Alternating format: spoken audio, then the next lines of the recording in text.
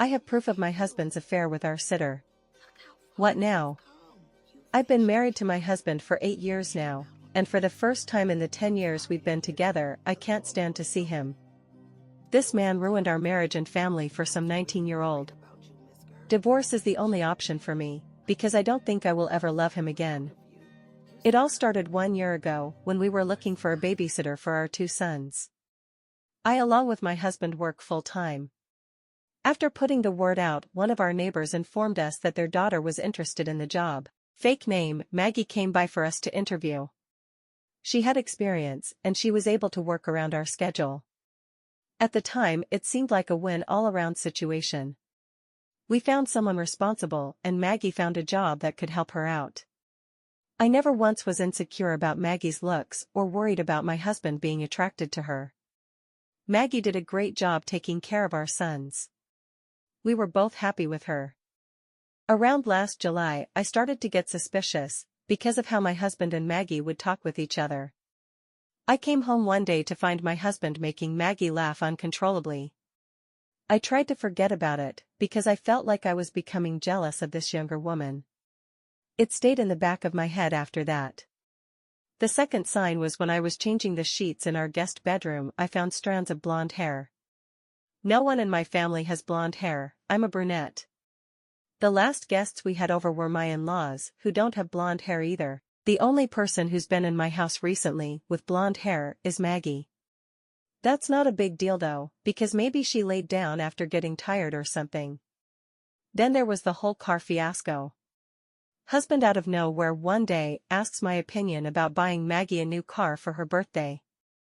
This took me by surprise, because it's not like Maggie doesn't have a car. I don't think we're in this situation to be giving away cars as gifts. Husband's argument was that her car was old, and if she took our boys out it would be safer in a new car. I told him no on the car, and that was final. After the car situation, alarms are going off in my head. At this point, I go from thinking I'm just jealous of Maggie, to there's something going on here. Now Maggie is coming to work in skirts with heels on. She went from sweatpants and not wearing makeup to now have makeup on and her hair done. Then I notice her toes are painted black. My husband has a thing for feet. I've known this for our entire relationship. His favorite color on my toes is black. Now I have this 19-year-old coming to work in high heels with her toes done in my husband's favorite color. At this point, I'm 99% sure something is going on. I get a hold of his phone. I'm looking in the messages for Maggie. Maggie is in a group chat with us. All contact and scheduling is supposed to be done in that group chat with all 3 of us in it. I find Maggie being texted by my husband separately in his phone. The messages obviously had been deleted by him since the last message was from earlier today, a bunch of laughing emojis from her. I did some research and realized I could recover messages that had been deleted.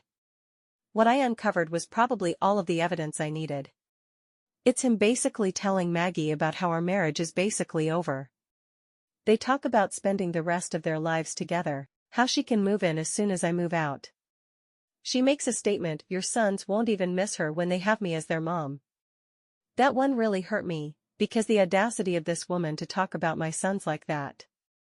Also, I found Snapchat on my husband's phone, which he's never had before this.